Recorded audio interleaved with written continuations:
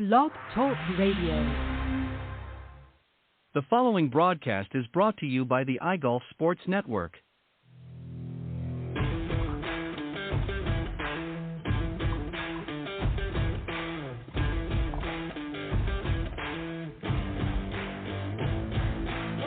Golf Talk Live is sponsored by the iGolf Sports Network and Golf Tips Magazine. Here's Andrew to tell you more about our sponsors. iGolf Sports is a live stream broadcast and media production company providing quality programming designed to attract the golfing enthusiast.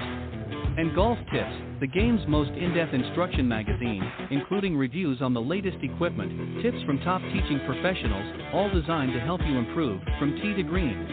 Welcome to Golf Talk Live with your host, Ted Odorico. Join Ted each week as he speaks with some of the best in golf. Sit back, relax, and listen to tonight's show.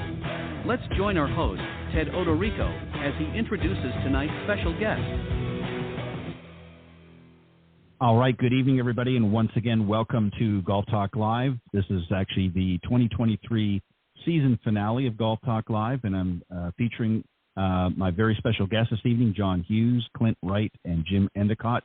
I'll tell you a little bit about each of them here in just a moment, but remember, we are live every Thursday evening from 6 to 8 p.m. Central here on the blogtalkradio.com network, and always excited to have people join in live. And, of course, the shows are auto-recorded, so you can go to our web link at blogtalkradio.com/Golf Talk Live and just scroll down to the on-demand section, and you can listen to all of the previously recorded shows in their entirety there. So as I mentioned, this is the season finale, and very, very excited to get a little bit of break for the holidays. The show will stop after this evening, doing its live shows until we start up again in February, and I'll tell you a little bit more about that at the end of the broadcast. But let me introduce the guys, and we'll get into tonight's special Coach's Corner panel discussion. First up, of course, is John Hughes. He is a PGA Master Professional and the Honorary President of the North Florida's PGA section. He was also the recipient of the 2013 PGA of America Professional Development Award. He's also a senior editor and Golf Tips Magazine Top 25 instructor, as well as part of the advisory staff. And also, he was the 2023 North Florida PGA Teacher and Coach of the Year as well in his section. Clint, also joining the Clint Wright, joining the discussion tonight, is a 30-year plus member of the PGA and one of the partners of TGM Golf. TGM Golf, of course, is a big proponent of the R3 approach. And I consider him to be certainly among one of the best covering the short game today, and a favorite guest here on Coach's Corner. Jim Endicott also has been teaching this great game now for over 38 years. He's a former Golf Digest School's general manager and a 7-time PGA Award winning, including the 2022 North Florida PGA Section Patriot Award and 2 North Florida PGA Youth Development Awards. He's currently the Director of Instruction at Royal St. Cloud Golf Links in Florida, and he's also a Golf Tips Top 25 instructor and contributor to the magazine as well. So, guys, welcome to our season finale here in Golf Talk Live. Hey, Ted. Great. Thanks, Ted. We look forward to it. Ted, thank you so much for having us on. Looking forward to being here with you guys as well, Clint and John. Well, not a problem. Always a pleasure.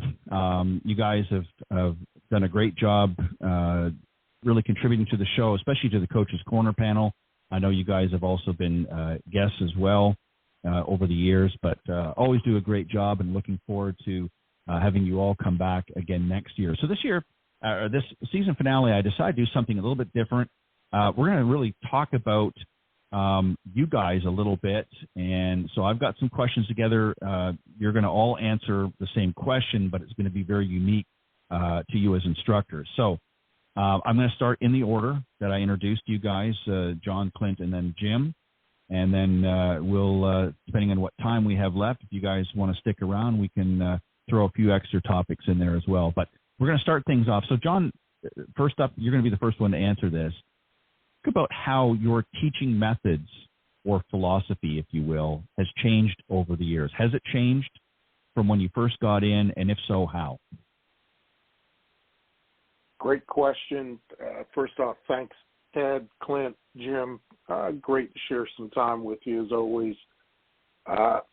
I think if you're not evolving as a coach, as a teacher, as an instructor, as a mentor, and your philosophy is not changing over time, then you're probably not as fresh as you could be. You're going to lose your relevance. Your engagement with other people is going to falter, and you're most likely behind the times. So, yeah, throughout my career, I would say my general philosophy of coaching one person at a time, and there's no right or wrong way to coach somebody. There's the correct way for the person who's in front of me.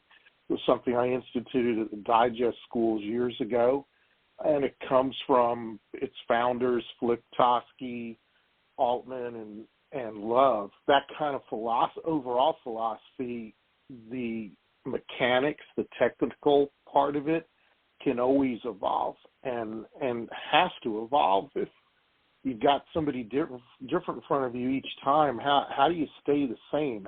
We're not robots. So certainly it's evolved. Give you a specific example, and I think Jim and Clint would agree with this. We grow up as teachers, I'll use that term, learning the different positions of the swing, as Jim McLean had documented, P3, P this, P that, and spent a lot of time early in my career getting people to understand their backswing. And I came to two conclusions very early that I still stay with, but will alter from time to time. Number one, most amateur golfers do not practice enough to really practice their backswing and make significant and sustainable progress. Combine that with number two, if they're set up incorrectly, they're just practicing a backswing position relevant to where they're aimed. So over the years, the philosophy of, okay, let's get the club halfway back hasn't changed so much as the order, the position of how I'm presenting that to someone is based solely on can they set up correctly. So if they're going to spend any kind of time, it's a good improvement to how they're set up to their target. That's just one example that comes straight to mind. Again, I don't think you can be relevant in this day and time at anything you do unless your philosophies are flexible enough to change with the times. I mean, that's it.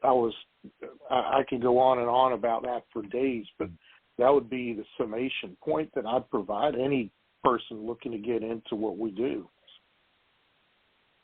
I agree 100% with you, John. I think you have to sort of morph into something a little bit different. As you pointed out, you definitely have to, you grow up as and not just with age and physical abilities and things like that, but you actually grow up in your profession, whatever that may be. In this case, it's golf for us. But I agree. I think you have to be willing to adapt to new things and certainly at least be willing to look into the possibility of new avenues to be able to relay and teach your craft. And I think if you don't, then you become stagnant, as you suggested. Clint, what about you? When you look back over time and you say, okay, when I first, stepped into the limelight, as it were, as a teacher professional with the PGA, all bright-eyed and bushy-tailed, as they say, obviously, you had a general sort of agenda, if you will, of how you wanted to approach things. How has that changed for you? Obviously, you probably share some similar analogy that John just spoke of, but was there anything specific that Well, I've said many times I'd really love to go back and reteach the people I taught in the first 10 or 15 years of my career, because I don't want to say I'm smarter, but I know more. As technology changed, we began to understand, have more knowledge about what was actually happening versus what we assumed was happening. Me personally, I was in the first class of the PGM program at Ferris. So we were very lucky to have worked for some of the classic guys out there, and Gary Wyron and these guys brought people in, like, to guys. And so we kind of there thinking we knew a lot. We were we were the new guy on the block, you know. And so as you progress and you begin to understand that you're maybe not quite as good as you thought you were, you begin to search out things. And in my career, I think what's helped me search out things even more than anything else, I'm sure that Jim and John will agree with it, is, you know, when I first started teaching, the best thing you had really was a sequence camera. And then maybe if you were lucky, you had one of these big, bulky cameras you had to roll out with a golf cart for showing people how. And now we do it with our cell phones. I mean, so the ability to show our students what's actually happening in their swing is can't be overrated from an instructor standpoint, because as we all know, teaching anything is about communicating what you know to the student in a manner, like John was saying, in a manner that they understand it. And I think obviously the better videos we have and the technology, you know, that we don't need to be quite as good at communicators, that we can show them. Here it is. You can see it, and it's just a little bit easier. So I think in my career, what's helped me be better is obviously just more knowledge about actually what's happening, and I think that come out of the advancement of the technology that we've seen, you know, over the last 40 years in my case. So, yeah, you always would like to go back and do it again. But there's nothing that says you can't just take the new student, like Jim's got a lot of young kids, a lot of young players. So now we can impart that onto them and move forward in a better fashion. Well said. Jim, what about you? Obviously, you know, you've been teaching this, you know, pushing 40 years now, and you've obviously done a lot of growth and a lot of reflection, I'm sure, over the years and on how you first got into the game as a teacher professional. What do you think, is there one thing that stands out in your mind that has maybe changed or evolved, maybe is a better way to put it for you? Well, I would say that the basis of my instruction hasn't changed too much, in the fact that I have always worked in the idea of changing or fixing the ball flight, period. In the ball flight laws, I always kind of lived in there of what was the ball doing and how was the player affecting that, which brings us to what has evolved, and that is the tools that I have learned and evolved with. Like John was saying, be relevant, you've got to continue to learn, but to put more tools into my toolbox of how to communicate the fixes for those laws. So the root of the discussion is the same, but how I'm delivering it, what information I'm using to deliver it, what drills I've gleaned from other professionals that I've had the privilege of watching and observing, and mentors that I have worked with. That information and the tools are different and are continually and always evolving. To what Clint was saying, you know, with the evolution of technology, and, you know, now we can video and show better video today off of our phone than we had years ago, and the ability to communicate that through that, and training aids and drills and all those things continue to evolve in how we use what's available to us now. So the basis is the same, but how I'm delivering it, with what I'm delivering, with how we're structuring a lesson, how we're structuring practice after the lesson, their prescription, all of those things are continually evolving and learning, not just from going and observing other professionals, but watching things on media now. We have social media that has information. We have YouTube, et cetera, and we can gather from many more sources and kind of massage and make it our own in how we deliver that information. So the evolution of communication and the tools used to make the fixes, that's evolved, but the fix itself has never changed. Also well said. Great answers, guys. Really, shared a lot of insight into your careers because, I think for most people, they don't realize what goes on behind, a teacher's thought process. I mean, obviously there are certain things that are going to stand the test of time. All of you really acknowledge through reflection that, even though many of the core principles may still remain the same, the evolution is partially through technology changes, but also as you develop a better understanding of the game in itself, has allowed you to then kind of morph what you already knew and develop into even better and more productive ways of relaying that information to your students, which ultimately is going to make them a much better player in the long run. So here's a little bit of a fun one in a sense. What I'd like to do is ask you, again, we'll go in the same order. John, if you could pick, and this is, let me preface this. When I say this, this is not meant from a perspective of a criticism to fellow professionals. But if you could pick one thing that you would like to see more golf teachers today add to their instruction, what would it be? Wow, that's a loaded question. That's why I said. You can have the first shot at that one, John.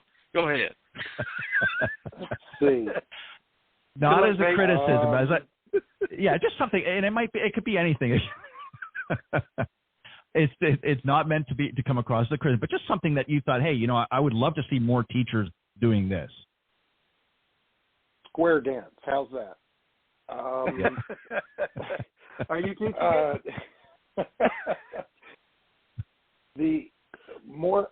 I think I've been real privileged the past month. I've been to a couple of different teaching conferences, and a similar question was asked at the first one I went to, and I think everybody in the room somewhat agreed that we'd all wish more knowledge upon each other, and that's hard to do because everybody's time is managed different, but there's so much incredible knowledge out there. I'll give you an example. There's a for-profit university that came out with a master's degree in golf not too long ago, and I decided to take a crack at it. And it wasn't necessarily exactly what I thought it was going to be, but what I did learn from it is there's a ton of scientific papers out there about golf. Mm-hmm. You name the theory, you name what it is you want to learn, and you can probably find it. And I can't remember the name of the Google directory. It's a separate Google directory that deals with scientific papers. And you can go in there and search and read all day long. I mean, it's awesome. And to wish that upon everybody, us included on the call, on the show, I think knowledge can be dangerous. Let me say it that way, but I would wish more knowledge upon everybody. As I'd wish that for everybody, I'd also hope that they would provide themselves some patience to understand how to use that knowledge correctly. Interesting. That's an interesting answer. Clint, what about you? What one thing that you could instill, if you will, into more teaching professionals out there that you'd like to see them add to their instruction? Well, in my opinion, it's real simple, and I think that John and Jim would do this. I think good instructors do, but you can go on social media, YouTube, and you can get all these how to hit it better, how to hit it straighter, whatever. I don't see too many people talking about it. Let me teach you how to play our game. We get trapped into what the student is looking for. I want to hit it better. So we spend a lot of time trying to help a person strike the ball better. And many times I see that there's not a whole lot of time spent on, okay, let me help you learn how to use what you already have. How do you play the game? It is a game, and it's a game that we play, and we all can play it at different levels based on how we hit the ball.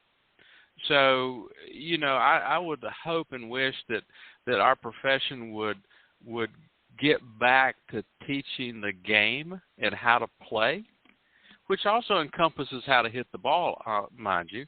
But I think we get really locked in because of what people see on television and in the ads and media, about there's never really any conversation about how to get around the golf course. You can call it course management, strategies, whatever you want to call it. But I find it in my opinion, that we don't do enough of that. And it most likely is because we as instructors get trapped into trying to give our customer what they come looking for, versus us kind of taking the hand and lead our students into becoming players as well as we lead them into being better hitters. So I would hope that we would see that maybe sift back into our profession as far as teaching a person how to play the game versus just how to hit a ball better. Here. Yeah, that's a great answer as well. Unfortunately, I think, and we've talked about this over the years on the show in the past, is there's a lot of heavy marketing out there, not just through social media. Obviously, it's becoming more prevalent now because of social media, but grip it and rip it, and let's hit it farther, and let's be more solid and consistent. Well, who doesn't want to be and have all of that? But at the same time, you're exactly right. You need to know how to put all the pieces together and take it out on the golf course. It's great to be that range rat, but at the same time, you need to be able to take everything you've learned on the lesson tee and apply it out in the golf course. And I know we do that, and most instructors are doing that now where they are taking out there. But yeah, you're right. I'd like to see it more emphasized on becoming a better player and not just hitting with more consistency. That's part and parcel, but I think you have to learn to be a better player as well. Jim, what about you? You probably, I'm sure, agree with both John and Clint, but do you have something else in mind that you think would add to the repertoire of our fellow golf professionals?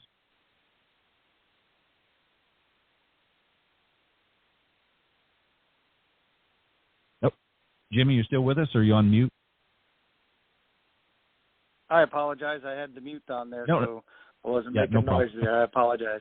Yeah. I would concur with what Clint and John have said there. I think it's spot on. And I'm going to parallel a little bit with what John was talking about, knowledge and gaining additional knowledge. I was just at a teaching summit, and there were 150 professionals in the room, and there was a conversation about finding professionals to observe how they teach. And there was a recurring theme of questions that came out of there of fear of asking for that opportunity. How do I ask for that opportunity? And so I think it's a wonderful thing that we need to do, and I think that professionals should do it, and I think they can do it more than we see happening now. I love to go watch others teach, and I would love to see others do that even more. But along those lines, once we have received the information, and John, you touched on this briefly, how do we disseminate that knowledge to the player so that they can understand it? And I would love to see a continued move towards simplicity and clarity in our communication to our students, and get a little bit away from, oftentimes it seems as though the communication is, I'm going to tell these players all that I know versus what they actually need to know. And so I think we need to gather that information, and how we just give it to the players needs to be remain as clear and concise and simple as possible.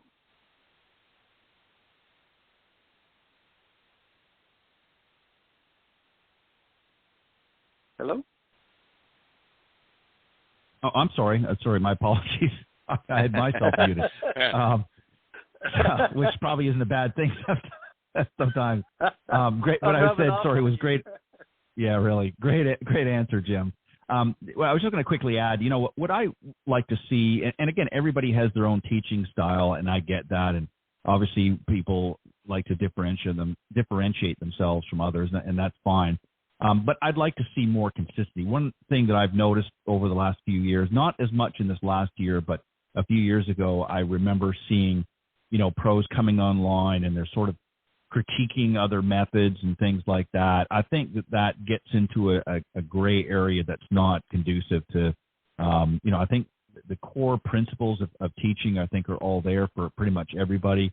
And it's okay to put a little spin or a little twist, but I think you have to be careful too. That's what I would like to see, is that we're consistent, not necessarily in the teaching methodologies that we use, but consistent in how we relay that information to our students and making sure that we're not sending mixed messages. So if they're coming to you one day, let's say as an example, and they're hearing one thing and then they're being told something contradicting that the next time, maybe if they try somebody else. So I like to be careful of that, and that's what I mean by consistency. So another fun question here, real short, real simple answer. John, favorite club in your bag? I could or do go you off have the wall. Do you have here. one? I could go off the wall here, but I won't. Ted knows that I could do that. John, so don't say it's chipper. Well, we, as Jim knows, we have another name for that here in North Florida. I have to say my putter, and that's not to be facetious. It's always been the strength of my game. It's always been something I could rely on. It was always something that as soon as I got on the green during my competitive days, I knew that's what was going to even the playing field for me. I'd have to say that. And recently I've been switching around putters too much because I lost, through no fault of my own, the gamer, the go-to that I had for years, and still searching for something that comes close to it.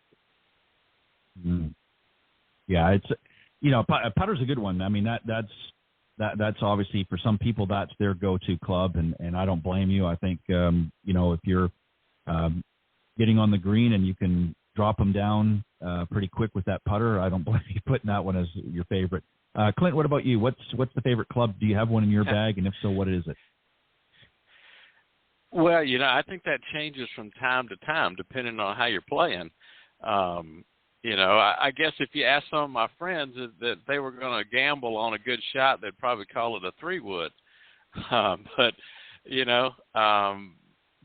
as far as the club, I think, like John's saying, that carries you through, I think I pitched the ball pretty good. I like my wedges. And, the whole thing about the game, evening things out, per se, is that if you're competent with the wedges, I mean, hitting greens in regulation are important, but it makes it easier to hit them in regulation because if you miss. And as we all know, the closer you chip it, the better putter you are.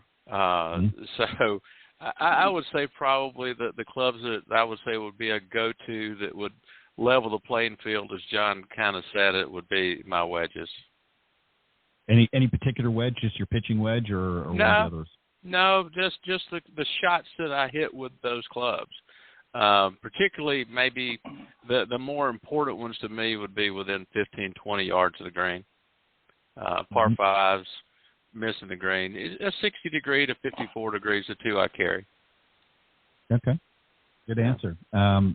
Jim, what about you? Unmute first, don't forget. And what's your favorite club in the bag? I just checked. My favorite would be 58-degree wedge. It's one that I'm successful with, and it also is one that I love to practice with. I love to just take it and drop a few balls around the green and play from different situations and hit it high, hit it low, etc. And see how much I can spin it and see how little I can spin it, and it's a lot of fun to work with, and it saves me a lot on the golf course, just like the guys have said. Kind of makes the rest of the game a little easier, knowing that I can use that and have some success to recover from an indifferent shot. So yeah, the 50 wedge. Yeah, I think everybody kind of has that favorite go-to, and typically I think you're right. I think wedges or certainly even putter as well. I think in the short game, and that's interesting because, you hear a lot of amateurs might pick, like, I'll be honest, I love my 7-iron, but I'm also, again, I love my wedges as well. 7-iron is a favorite club, and it's just, I have something about the number 7, I guess, but it's just a favorite club I love to hit. But, you hear a lot of amateurs will not necessarily always focus on that short game. It's like, well, yeah, I really like my hybrids, or I like, they're always thinking about something. I've even had some say, my favorite club in the bag is the driver, and you don't hear too many of those, but it's always kind of interesting to hear people's answers on that. All right, John, I come back to you, and this is going to be this is going to be, I'm sorry to do this to you, brother, but you're going to have to be first on the chopping block for this. You discover in the middle of a lesson that it's not going well.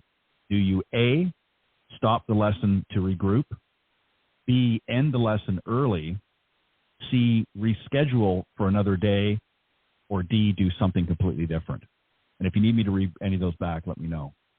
So A, stop the lesson to regroup. Mine is D. I'm glad you gave me do something else, because I'm going to take the person to the bar and we're going to sit down and have a come to Jesus meeting. And one of us is going to lose.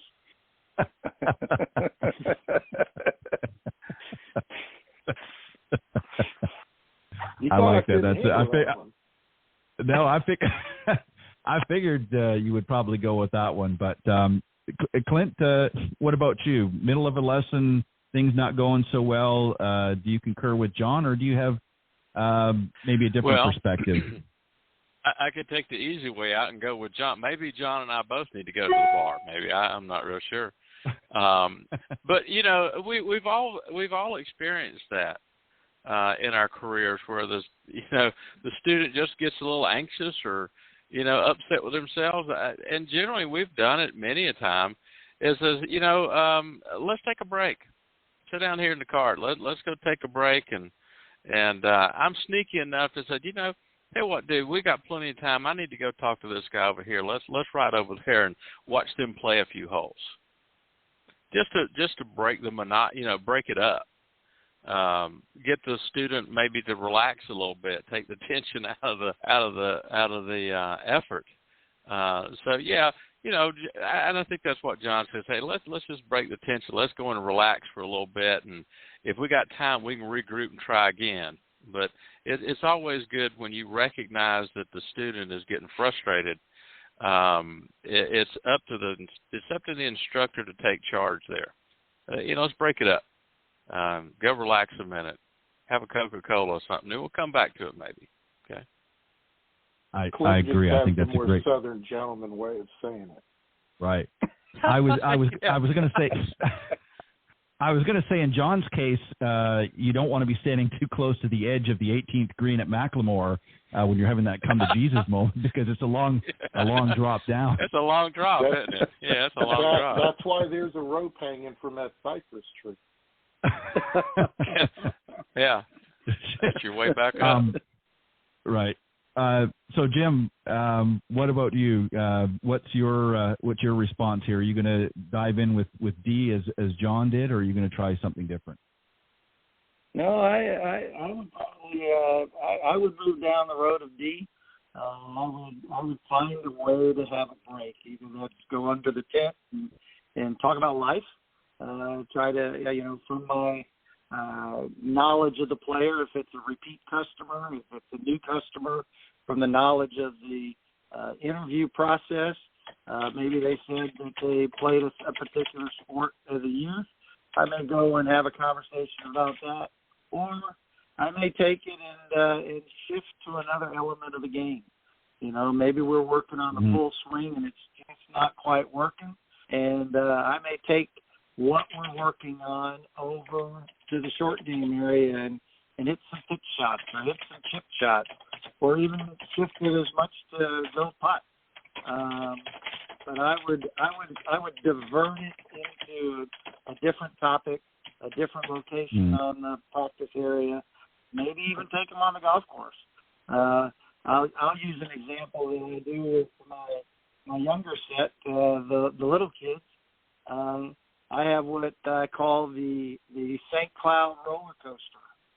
And if you drive down the ninth hole on a red 9, there's a number of little hills to the one side of the fairway. And I'll take them and say, okay, we're going to go for a ride on the hills. And I take them and drive them up and down those hills, and they laugh and giggle and carry on. And we do 2 or 3 laps of that, and then we come back and start again. So just something to clear the air, clear the head, clear the muscles, and get them rechanneled and retooled. I think that's good. You could actually, really, you could really consider that A, more so than D, is essentially stop the lesson to regroup. That kind of falls in that a little bit as well. I know. Yeah. So, I mean, that's great. No, the main thing is really always, we always have a situation like this where things are not just either the student for whatever reason isn't grasping what we're talking about or struggling with certain things. And sometimes you just have to, as everybody said, is kind of put the brakes on a little bit. Let's regroup. Let's, figure out what the problem is. Is it something that, we're not, explaining things in a way that they're completely understanding, or is it a matter of they're just not really being focused? And, you need to sometimes take a step back and do that. So, but great answers. I thought we would have some good ones for that. John, I'm coming back to you, and this one here is another kind of interesting question as well. Is what is the craziest request you have received over your teaching career? And please keep it clean. Before I give that answer, Jim, is that why Bill's cart repair bill is so high? The roller coaster? It could be, but I haven't told him about it, so I'm not taking the blame for any of that. It's out in the public now. Ted, the answer to your question is very politically correct. No comment. No, the craziest question, the craziest request. When you do golf schools across the country, you get some really, really, really good requests. So many that not really one stands out. That I think probably the general theme of all the requests is enough's not enough, and I want more related to non-golf items. Can I have this in my room, or can we do this instead of this? And it's like, well, sure, it's your time, it's your money, but what it all boils down back to is when they're doing all this and they look at me and go, well, when are we going to get to golf? I'm like, whenever you're done. That's fine with me. Just go have some fun. That's a good question. I got to ponder that a little bit. I tend to forget those things and move on because a lot of times from an instructor standpoint of view, I think the other two will agree, it's not so much a waste of our time, just it's a waste of time, period. And in the service business that we're in that relates to time, things that we've wasted time with before, we tend to forget and just move on. And that's I'm not trying to cop out. I've had some doozies in the past, but one popping up in my head I can't think of. Not a problem. I can Clint, tell you some horror stories as an assistant, but that's not what the question was. I'm sure we'll have to save that for another time. But no, that's a new show definitely for 2024. How's that? Yeah, I think that could be. Yeah, we may have to have a crazy coach's corner segment. Clint, what about you? I know to expect, as John said, the Southern gentlemanly answer to this, but craziest request that you had ever received over your career? Well, I don't know if it's crazy. I'm kind of like with John. You get all kind of people and questions that they come to a lesson with, and there's been crazy things that's happened during a lesson, but not necessarily a request. But I guess the one that always I chuckle and understand that the request is impossible is they will call you or show up and says, man, I'm in a panic mode. I got to play golf with my boss in 2 weeks. I haven't played golf in so long. Can you get me where I'm not going to embarrass myself? And I just chuckle and says, not really. I mean, I'm not even going to take your money because I can't help you with that. It's going to be embarrassing because you're just going to be so nervous. Nothing's going to work right.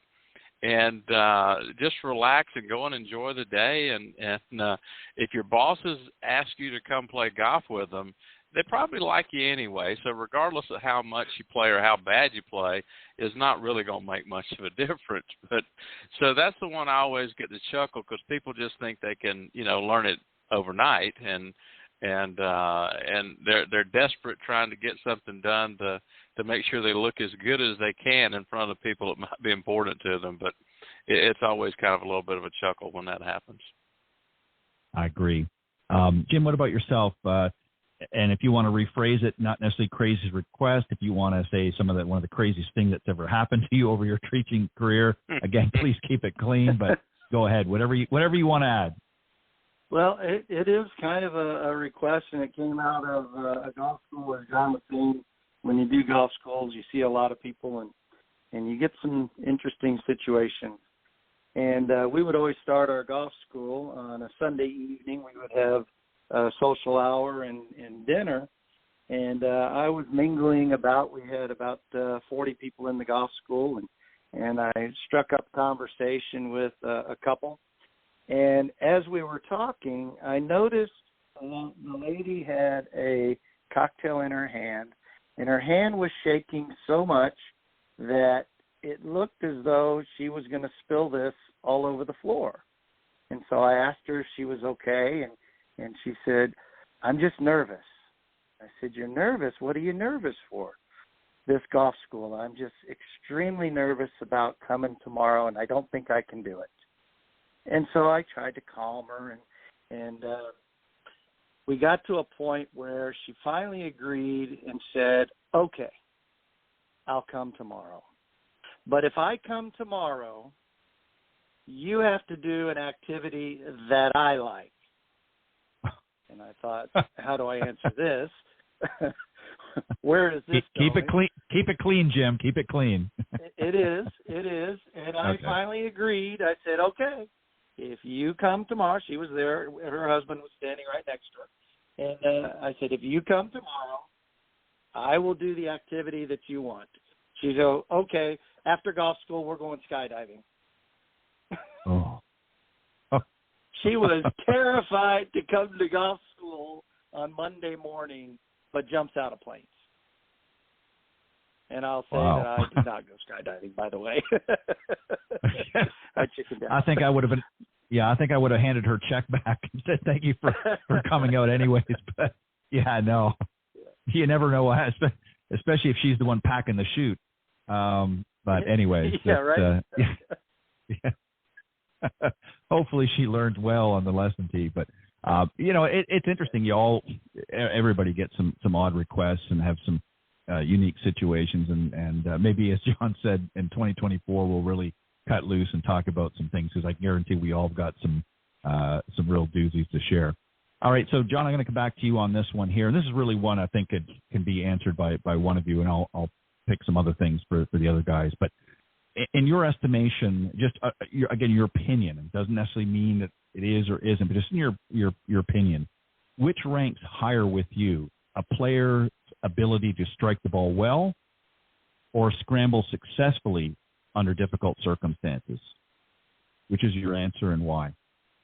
The second, to be able to scramble under difficult circumstances, because what you're proving is that you're more mentally tough than your competitors, that you can handle adversity. Ball striking is a skill that's learned, handling adversity you can learn, but it is a little bit more innate, and to get better at it takes much more time than the skill of striking a golf ball, in my opinion. I'm sure I would get a lot of debate with that with a lot of different people, but having played at a professional level, knowing what it takes to handle adversity, learning to hit a golf ball well is only as good as the adversity you're handling to hit that golf ball well with. Mm-hmm. I agree. And it really bodes to Clint's point that he made earlier about really learning how to play the game. I mean, you can be, there's so many examples on the PGA and obviously LPGA Tour of great ball strikers. But when it comes to scrambling and, successfully, winning events, they don't rank as high. I mean, Tiger comes to mind on the opposite side of the thing. He certainly was an incredible ball striker, but he wasn't one of the best on tours, but yet he was an amazing scrambler in difficult situations. I mean, how many times have we seen him spray a tee shot into what thought to be an unlikely, situation to get out of, and he would pull off some miraculous shot. And, obviously there's an element of luck in there, but as well, but he had the ability to scramble in given circumstances, and it's because he practiced in those situations. He didn't practice off a perfect lie every time. So I agree with you on that. He made his own right, luck. exactly. That's right. That's the point. Right, exactly. Well said. Clint, I'm going to give you a different question, obviously, because I think John's already wrapped that one up nicely. Absolutely did. Yes. What factors should a player consider when deciding what golf shot to play? So you can take any scenario if you want. What factors should they consider before they hit that next shot? Well, I think that really kind of comes down to what level of player you may be talking about. I mean, a more accomplished player is most likely considering where he wants the ball to land on the green, to avoid, not necessarily to play to avoid something, but to play what they want.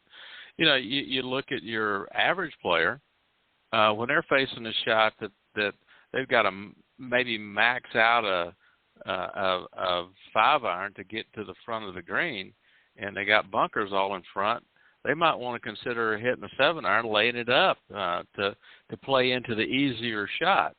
I mean, the real concept that we all try to do is the shot I'm about to hit's purpose is to make the next one easier, not harder. And so that's what I've always tried to get people to do is okay, if you can't get this ball on the green or you don't feel confident, where's your next easiest shot coming from? Is it out of that bunker on the front of the green, or is it just short of the bunker? So play to where you consider would be the easiest next shot. If I'm talking to a player that maybe not in the fairway, that's out in the, in the edges where they've got to keep the ball under a tree or over a tree, is I want them to determine and make a decision on the shot that they can be 100% successful with. We don't want to let one bad shot multiply into 2 or 3 more.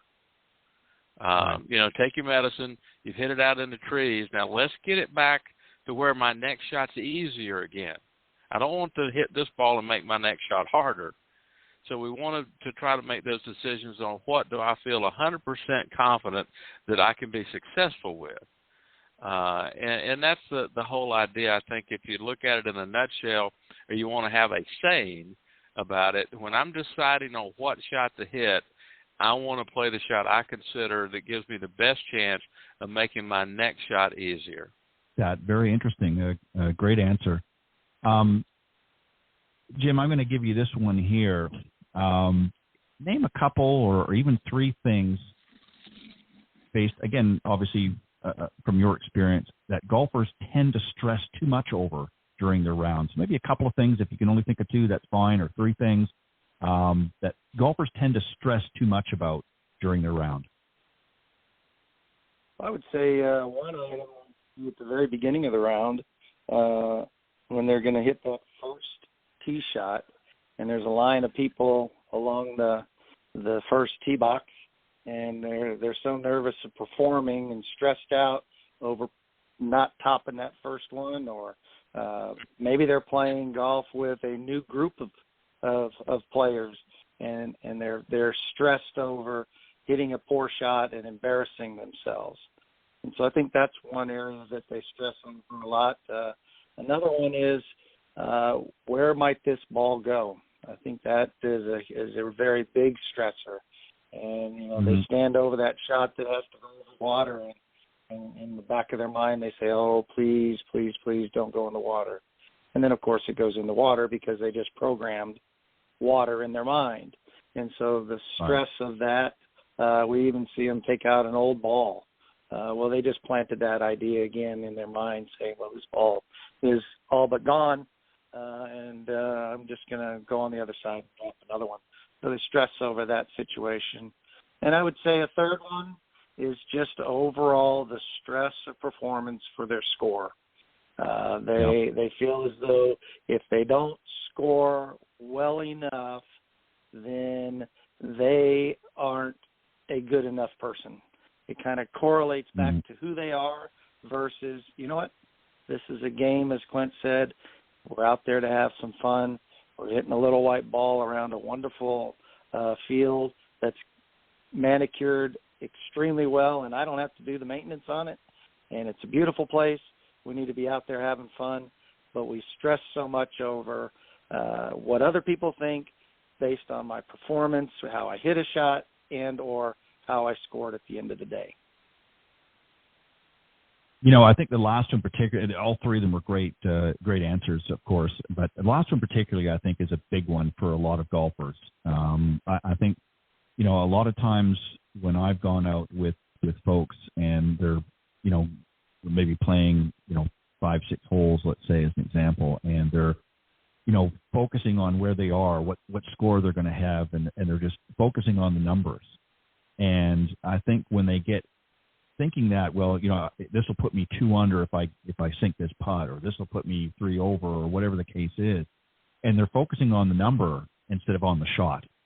And I think what I really would love for people to do is not, just go out you call it a practice round, whatever you want to call it, when you go out yourself, and obviously if you're playing in an event or something that's different, but just with your buddies and go out and say, you know what, guys, let's just go out and have some fun today. Let's not keep score. You don't have to do it all the time, but just maybe once in a while, just say, we're not going to keep score today. Even if you just play 9 holes, just go out and have some fun. Forget about it and just focus on the shots at hand. And I think you'll tend to be a little bit more relaxed when you go out there. All right, I've got another interesting question for the three of you. Again, it's a simple question, but I want to remind you before you answer that you are being recorded, and 35% of the audience is female that tunes into Golf Talk Live, so I just want you to be aware of that. So based on your, John, I'm throwing you under the bus first, based on your teaching experience, who absorbs or retains more during a lesson, men or women? Why?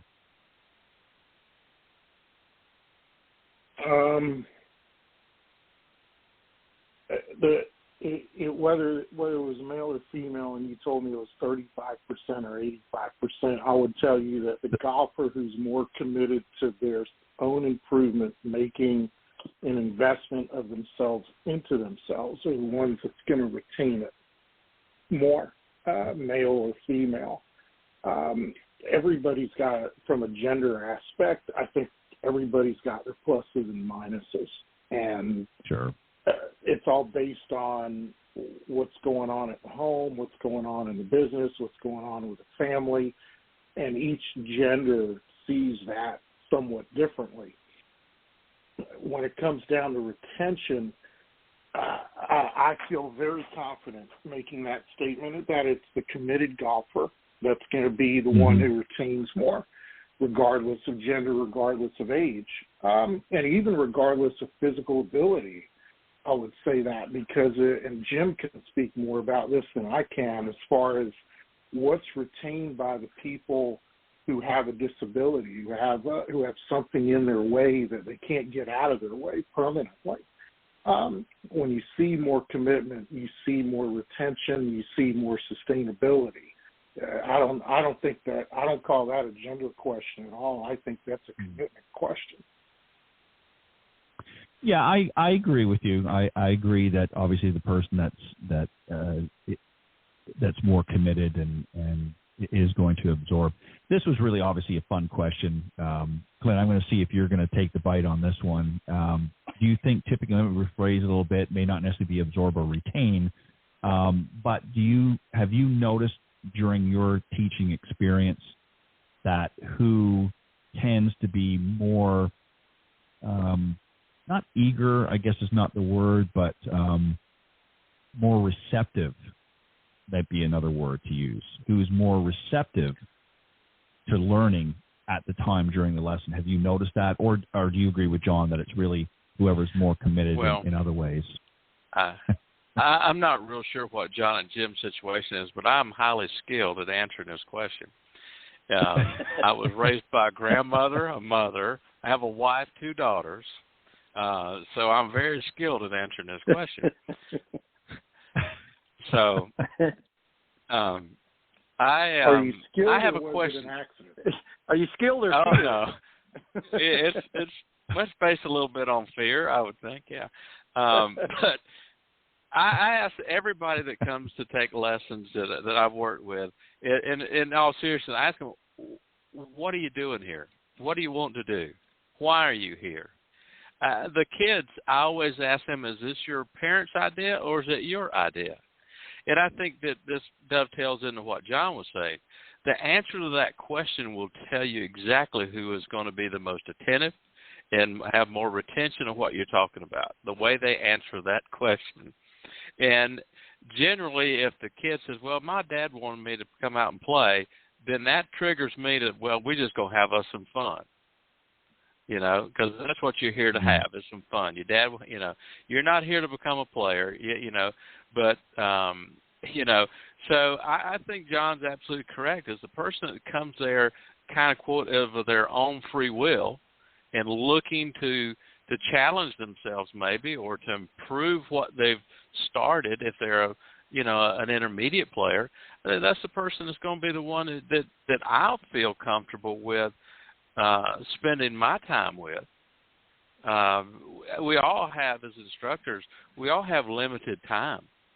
If you want to look at it, I mean, we're not going to stand out on the tee box for 20 hours a day. We have limited time. We want to play golf, have a few days off, so we want to spend our time with people that are committed. And if you ask that question, you can figure out pretty quickly which was going to be. And I agree with John. I mean, I don't think it's gender or age has anything to do with it. I mean, I think it's the personality and the character of the person standing in front of you, who's going to get the most out of what you have to tell them. Okay. I'll accept that answer. Jim, what about you? Now, let me actually... Okay. No. Nobody's wanted to dive right in there. So, no, I get. Let me just say this before you answer, Jim. I get, and I agree 100% with what you, John and Clint said. I guess what I was really looking for is, and the reason why I asked it in the manner I asked it is because I have found, not in every case, but in a lot of cases, I think men tend to come into things with more of an ego, where women tend to be a little bit more receptive. And that's really what I was looking for, to see if you had also noticed that as well. Because, again, everybody's different. You got to take each student individually, and I get that. But that's really what I was looking to see is, in your experience, how have you found? Doesn't mean that one's better than the other. It's just obviously they're different. But, Jim, go ahead. I'll let you throw yourself a lifeline if you want. Well, I'm going to go with what you said there, and the women I have found in my time have been more inquisitive overall. Now, I'm generalizing here because there are inquisitive men, but right. If I had to take the population in percentages, they tend to be more inquisitive. But then I'm going to take the high road with the guys as well and say that I think overall it's the one that has the right expectations of the lesson. That they're not expecting beyond what they're capable of or expecting beyond what they could learn there. And the women ask more questions, but I think it's the committed golfer, as John said, and or the one that has the expectations in line with, and I'm going to say it this way, their expectations are in line with their commitment. They can commit to this amount of time, this energy, this work, and my expectation is congruent with that commitment. But going back again, the ladies ask more questions, so they'll probably receive the information easier or more. I thank you for jumping into the pond, Jim. Thank you for that. No, you're exactly you guys were all correct on that. I mean, again, and I wasn't certainly trying to inject it in a different way. Really, what I was looking for was what I suggested was just that, I think, and again, you can't. I'm not labeling both in the same thing, but I tend to notice in a lot of cases, more so from the men's perspective, that you tend to have more, and I think it's because it's a pride thing. It's it's a macho thing, if you will. They don't want to look bad. Certainly the women don't want to look bad, but they're a little bit more humble, I think, sometimes coming in, especially if they've never played before. The men tend to, be more boastful and whatnot. So I was just curious about that. All right. Next question, come back to the top with John. This one's really, again, sort of a reflective thing. If you had a different career, if golf was not in your repertoire, not meaning you didn't play, but if you didn't teach, if that was not your job, what else would you like to have done or do if you were not a golf professional? So I came into golf from a different sport. And one of the reasons I came into golf from the different sport is because it gave me the opportunity to coach. And I believe that great coaching can not only say, it can a great coach can show. So I'd probably be coaching possibly another sport. And possibly I've really gotten into the business side of golf, running the schools and such, and I'd probably see myself on that. Let me call it, it's the wrong, no, that's the right word. I'd be in the front office somewhere, probably in some type of sports-minded business if I wasn't coaching. Okay. Good answer. I like that. That's very different, of course. And I agree with you. I think you would do very well obviously in both, but that's definitely I think would fit you very well. Clint, what about you? If you were not teaching this great game, and has there ever been something else, a different career path that you would have liked to have done? Oh, I can answer that very quickly and easily. I was on another career path until the PGA of America and Ferris State University decided to put together a golf program. I was on my way to law school, without a doubt. And that program bailed me out of having to pass the bar. So,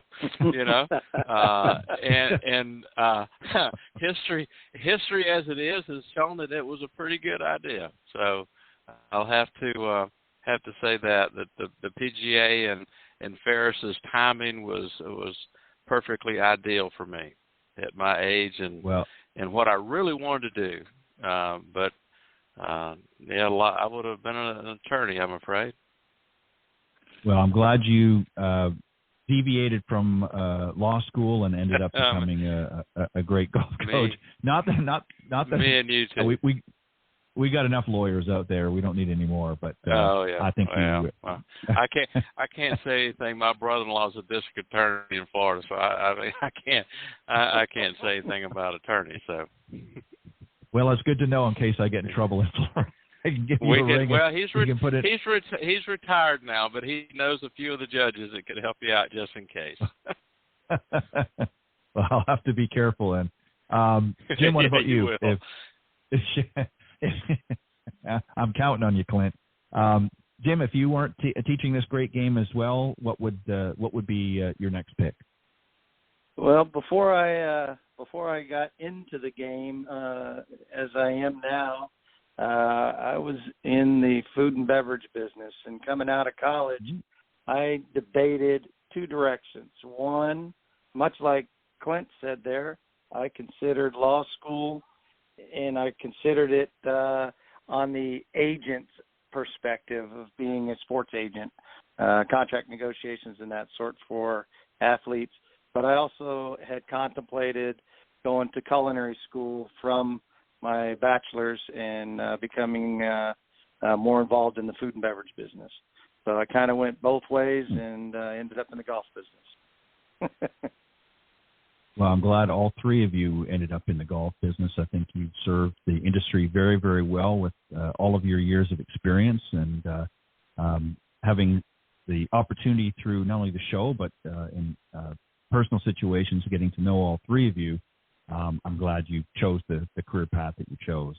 It served everybody well, and if you had have been lawyers or something else, we may not have had the opportunity to have you on the Coach's Corner panel. So glad you guys picked the choice that you did. I want to just sort of open up the discussion just a little bit. That was sort of the pick of the questions that I had. Obviously, I ended it with the career choice, but obviously in golf news of late, I want to get your thoughts and opinions. And again, this is not a Q&A, right answer, wrong answer. Just like to, because it is been put in the forefront. Obviously, the USGA and the RNA have had discussions about rolling the ball back in its distance. I'd like to get your thoughts on this. Is it a good thing in your opinion? Is it something long overdue, or is it something that has already been opened up years ago and it's kind of hard to put that back in the jar? John, what do you think about that? They want to roll the ball back. Is it too late to do that in your opinion? Is it a good idea in your opinion?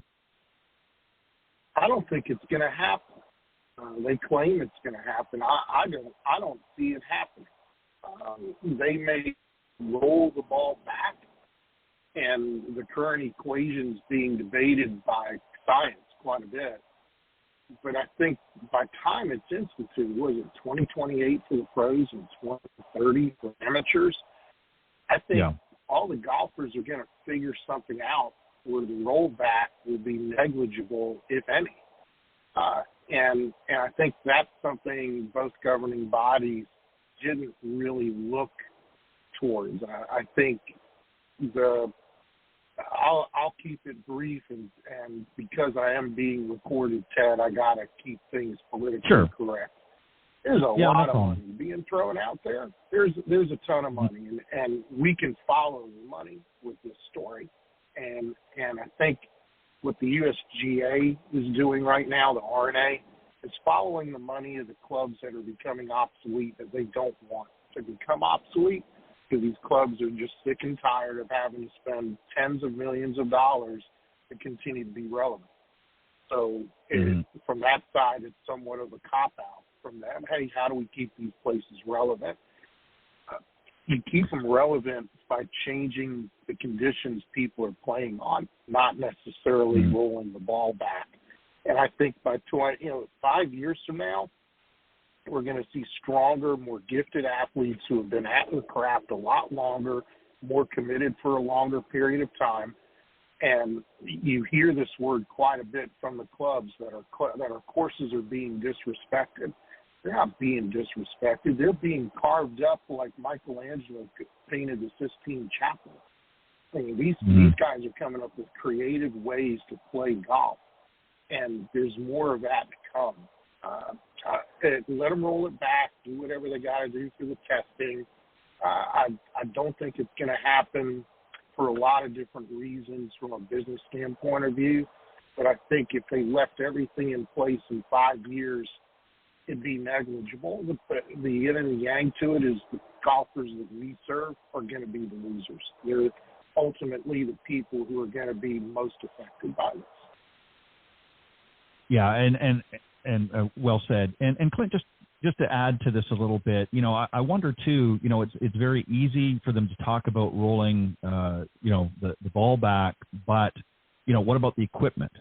Is that going to be adjusted as well? But, there's so many factors to play in it. I mean, I don't think that the just rolling the ball back is going to make a difference. On the other hand, there's the argument that gets presented out there a lot of the times is, courses are becoming obsolete. I mean, look what happened with, years ago when Tiger came on the scene and Augusta National had to, lengthen their course somewhat just to be able to accommodate these big hitters. But I think you're always going to have big hitters regardless of whether they roll the ball back or not. What are your thoughts on this topic? Yeah, well, I'm not going to be as politically correct as John here, to be honest with you. I'm not a real big fan of the USGA to start with. Because they revel in what they consider their own damn importance. Okay, back in the day you had George Baer that hit it a long way, then Suchek and Jim Dent.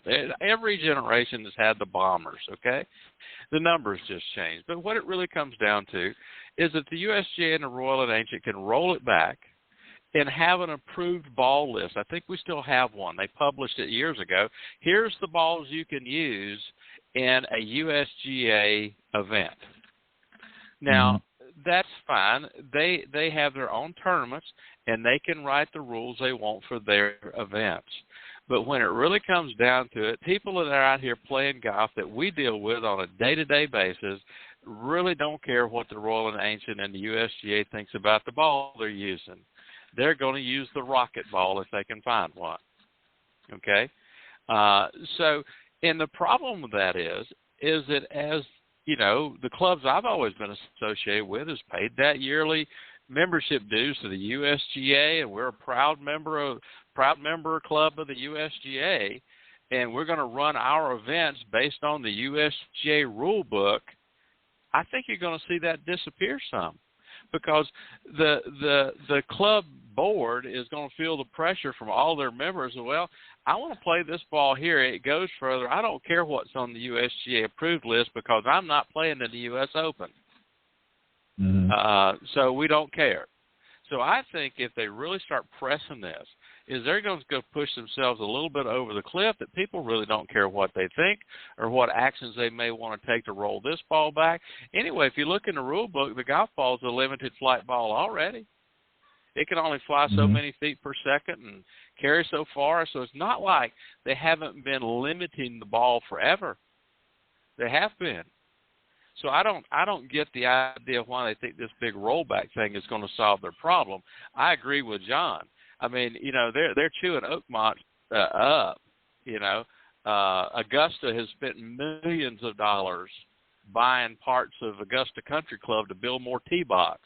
I agree with John. I think it is follow the money, and who's putting the pressure on the old members clubs of the USGA, who's really calling the shots.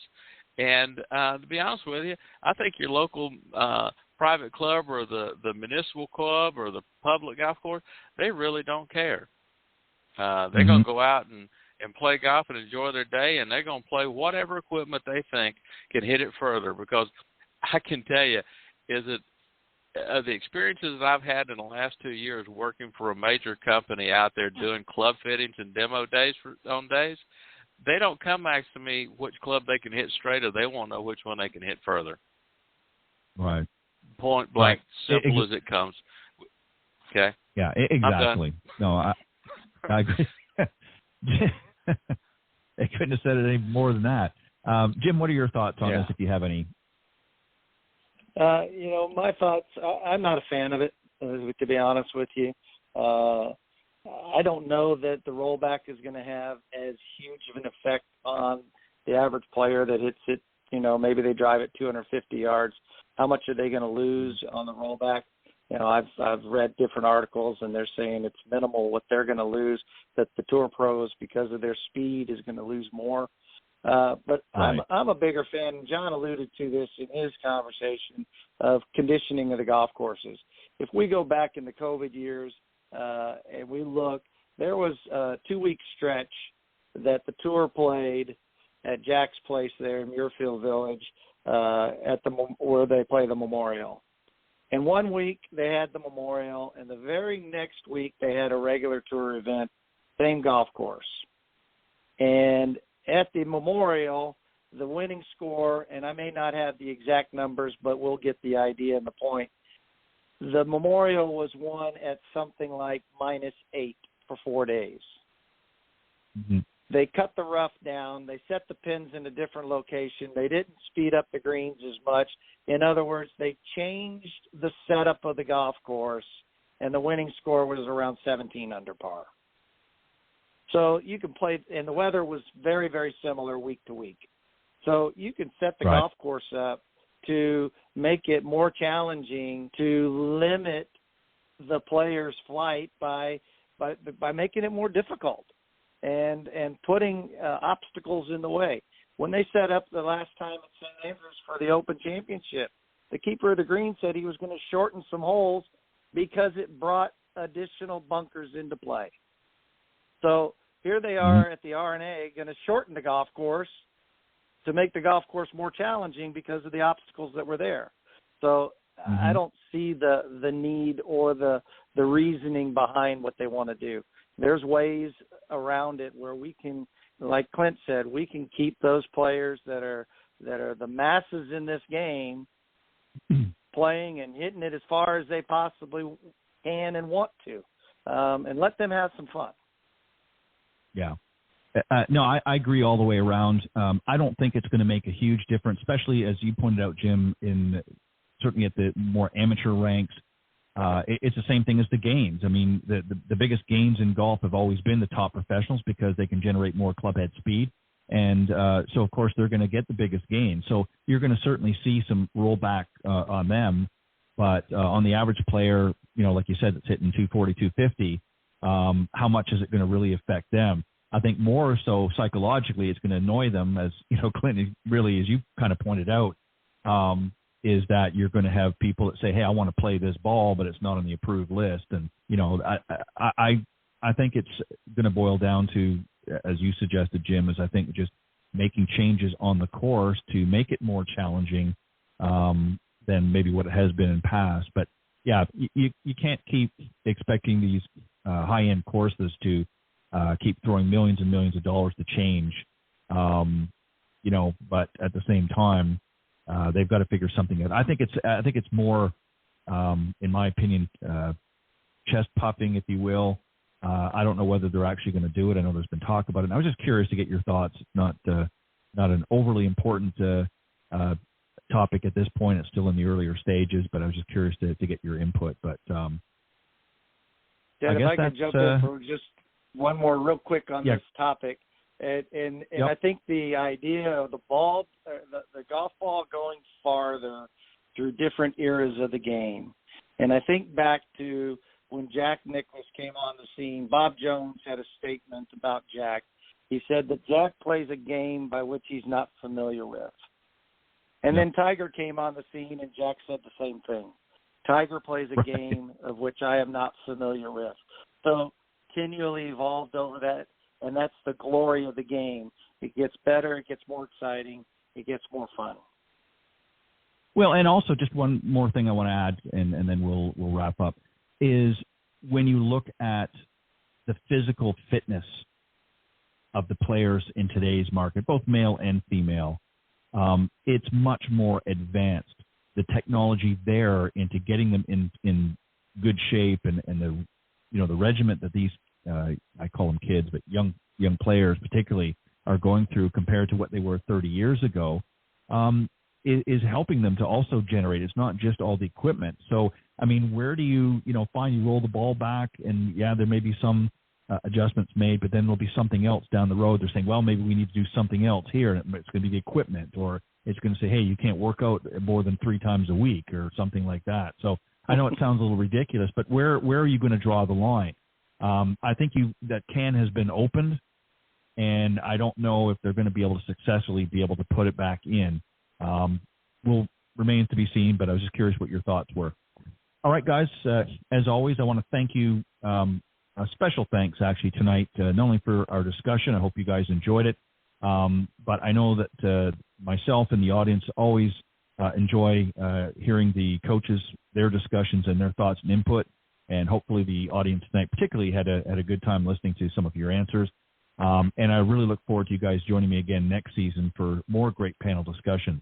As always, I'm going to give you an opportunity as we get ready to close out. I have a few things I'm going to say at the end after you're gone, but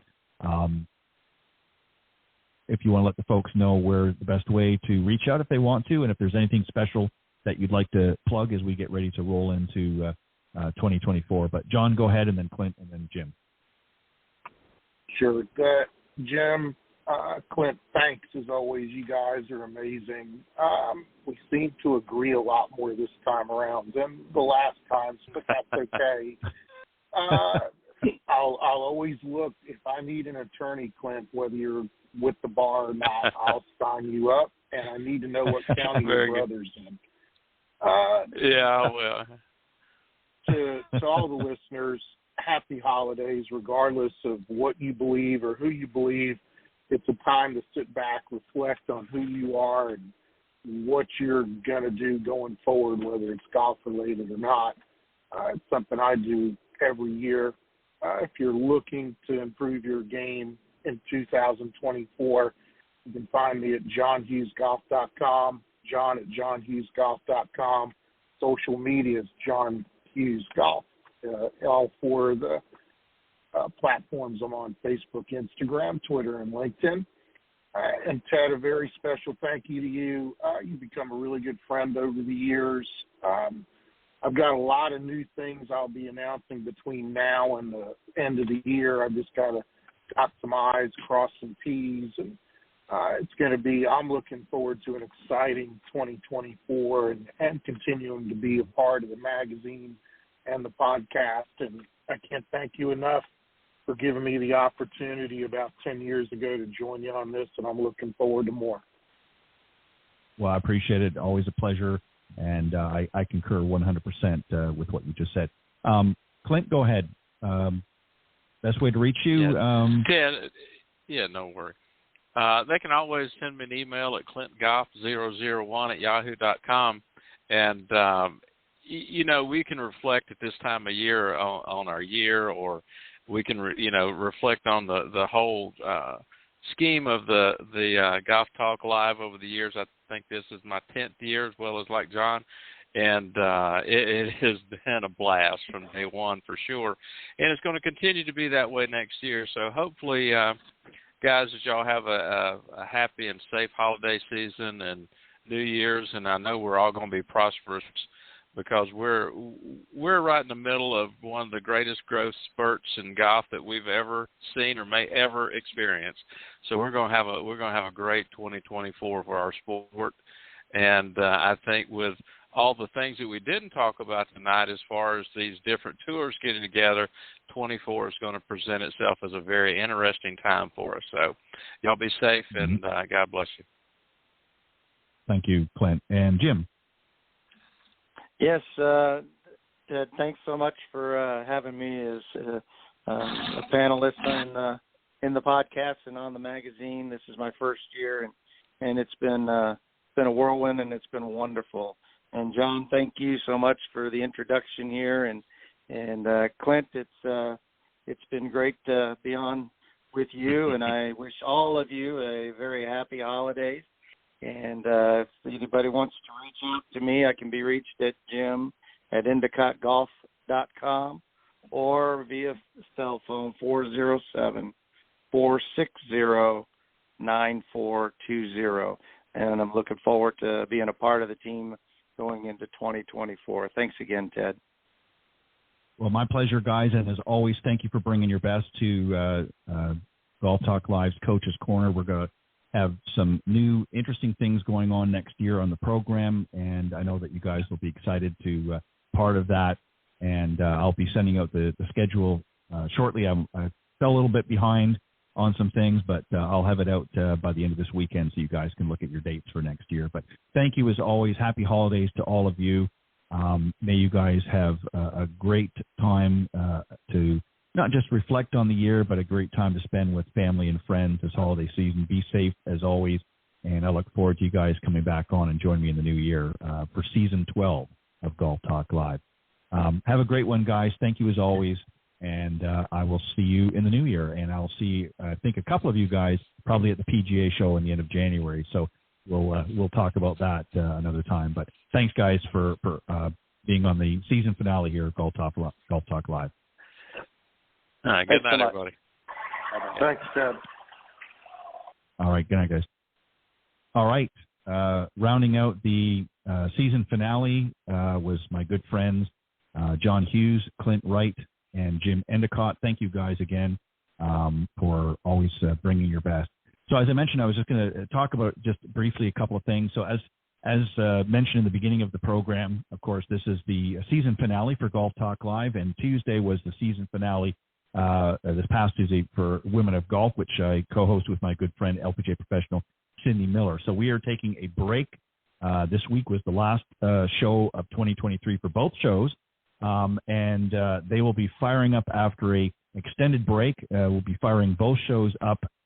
February 6th will be the new date in 2024 for Women of Golf, which airs every Tuesday morning from 9 to 10 a.m. Eastern here on the blogtalkradio.com network. Respectively, will be the launch of Season 12 for Golf Talk Live. Season 11, for Women of Golf, and Season 12 for Golf Talk Live. Just a couple of changes for next season, in addition to obviously more great panel discussions on Coach's Corner. Next season, I'll be adding a new component to the mix on Golf Talk Live. Joining me in a special feature, which will be all about travel, will be a travel expert and one of the contributors to Golf Tips magazine, Robert Kaufman. Robert and I will discuss some great golf travel options for 2024 and beyond, and particularly some of those hot buddy trip destinations. So lots of good things. You want to make sure you tune in for that. So I hope you join me next year on the Women of Golf Season 11 and also Season 12 for Golf Talk Live. But in the meantime, if you visit both archive sections, you can hear all of the previously aired shows, including tonight's. Just simply visit blogtalkradio.com and search either show, either Women of Golf or Golf Talk Live in the search key, or you can on any social media platform that features podcasts, Spotify, and many of the other top platforms as well. But I want to thank everybody for all of your continued support here on Golf Talk Live. I've really enjoyed another great season. I'm really excited about next year for both shows. And as I mentioned, I'm going to be down at the PGA show. We're going to be lining up some great, interesting guests and making a few changes, as some of what I've discussed tonight, but others to come as well in 2024. So I hope you come back and tune me. On that note, everybody have a Merry Christmas, Happy Holiday, all of that good stuff. Be careful, be safe out there, and thank you as always for tuning into Golf Talk Live. And I hope to have you back joining me next year on the program. So on that note, God bless everybody, and we'll see you next year.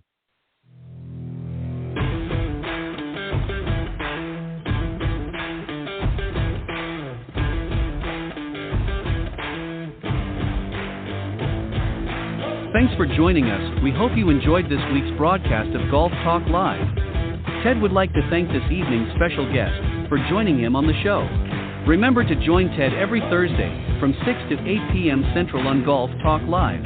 You can also listen to Golf Talk Live on any of these social media platforms: iTunes, Stitcher, TuneIn, CastBox, TalkStream Live, and of course Spotify. Be sure to follow Ted on Facebook, Twitter, and Instagram. If you're interested in being a guest on the show, send an email to Ted at ted.golftalklive@gmail.com. This has been a production of the iGolf Sports Network.